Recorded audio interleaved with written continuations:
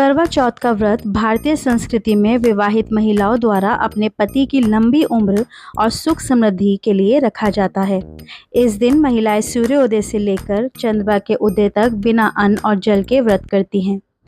शाम को करवा चौथ की पूजा के दौरान यह कथा सुनाई जाती है। चलिए करवा चौथ की कथा देवी करवा के व्रत से शुरू करते हैं। करवा चौथ की कहानी है कि देवी करवा अपने पति के साथ तुंगभद्रा नदी के पास रहती थी।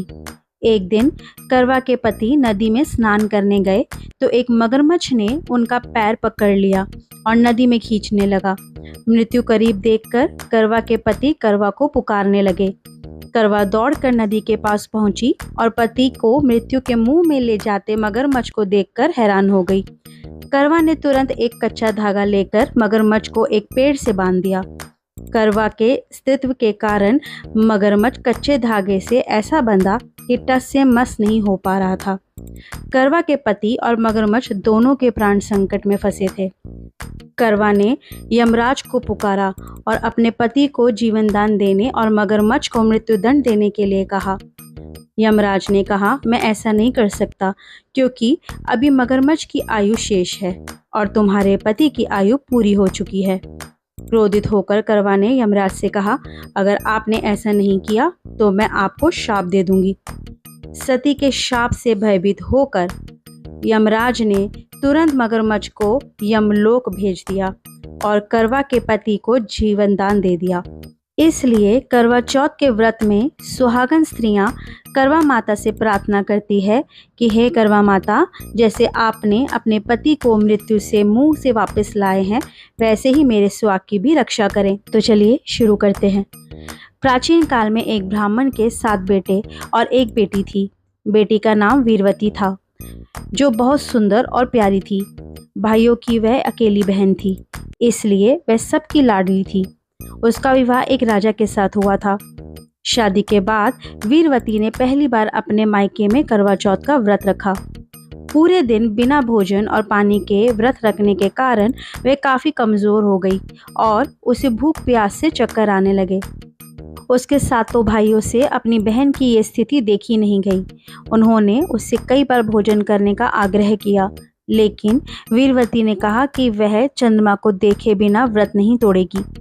भाइयों ने अपनी बहन को व्रत तोड़वाने के लिए एक योजना बनाई। उन्होंने पेड़ की आड़ में छल से एक दीपक जला दिया और ऐसा दिखाया जैसे चंद्रमा निकल आया हो। वीरवती ने भाइयों की बातों में आकर चंद्रमा के निकलने की गलतफहमी में व्रत तोड़ दिया और भोजन कर लिया। जैसे ही उसने व्रत तोड़ा, कुछ ही समय बाद उसे अपने पति की मृत्यु का समाचार मिला। यह सुनकर वीरवती का दिल टूट गया और वह रोने लगी। तभी उसकी भाभी ने उसे सच्चाई बताई कि उसने बिना चंद्रमा को देखे व्रत तोड़ दिया था, जिसके कारण उसे यह अशुभ समाचार सुनने को मिला। वीरवती ने कठोर तपस्या और देवी माँ की आराधना की। देवी माँ ने उसकी पूजा से प्रसन्न होकर उसके पति को जीवन दान दिया। इस तरह वीरवती को उसकी श्रद्धा और सच्ची तपस्या का फल मिला और तब से करवा चौथ का व्रत पति की लंबी उम्र और सुख समृद्धि के लिए मनाया जाता है। तो चलिए अब शुरुआत करते हैं गणेश जी और बुढ़िया की कहानी के बारे में। बहुत समय पहले की बात है। एक अंधी बुढ़िया थी जिसका एक लड़का और बहू थी। वो लोग बहुत गरीब थे। वह अंधी बुढ़िया रोजाना गणेश जी की पूजा किया करती थी। गणेश जी उस बुढ़िया से प्रसन्न होकर एक दिन साक्षात सम्मुख आकर कहते हैं कि मैं आपकी पूजा से प्रसन्न हूँ, आपको जो वर मांगना है वो मांग लें। बुढ़िया कहती है, मुझे मांगना नहीं आता तो कैसे और क्या मांगूं? तब गणेश जी बोले कि अपने बहू बेटों से पूछकर मांग लो। तब बुढ़िया ने अपने पुत्र और वधू से पूछा तो बेटा बोला कि धन मांग लो और बहू ने कहा कि पोता मांग लो। तब बुढ़िया ने सोचा कि ये तो अपने अपने मतलब की बात कर रहे हैं। फिर बुढ़िया ने पड़ोसियों से पूछा तो पड़ोसियों ने कहा कि बुढ़िया, तेरी थोड़ी सी जिंदगी बची है, क्यों मांगे धन और पोता? तू तो केवल अपने नेत्र मांग ले, जिससे तेरी बाकी की जिंदगी सुख से व्यतीत हो जाए। उस बुढ़िया ने बेटे और बहू तथा पड़ोसियों की बातें सुनकर घर में जाकर सोचा कि क्यों ना ऐसी चीज मांग लूं जिसमें बेटा, बहू और मेरा सबका ही भला हो। जब दूसरे दिन श्री गणेश जी आए और बोले कि आपको क्या मांगना है, कृपया बताइए।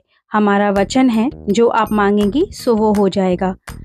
गणेश जी के वचन सुनकर बुढ़िया बोली, हे गणराज, यदि आप मुझ पर प्रसन्न हैं तो मुझे 9 करोड़ की माया दे, निरोगी काया दे, अमर सुहाग दे, आंखों में प्रकाश दे, नाती पोते दे और समस्त परिवार को सुख दे, फिर अंत में मोक्ष दे।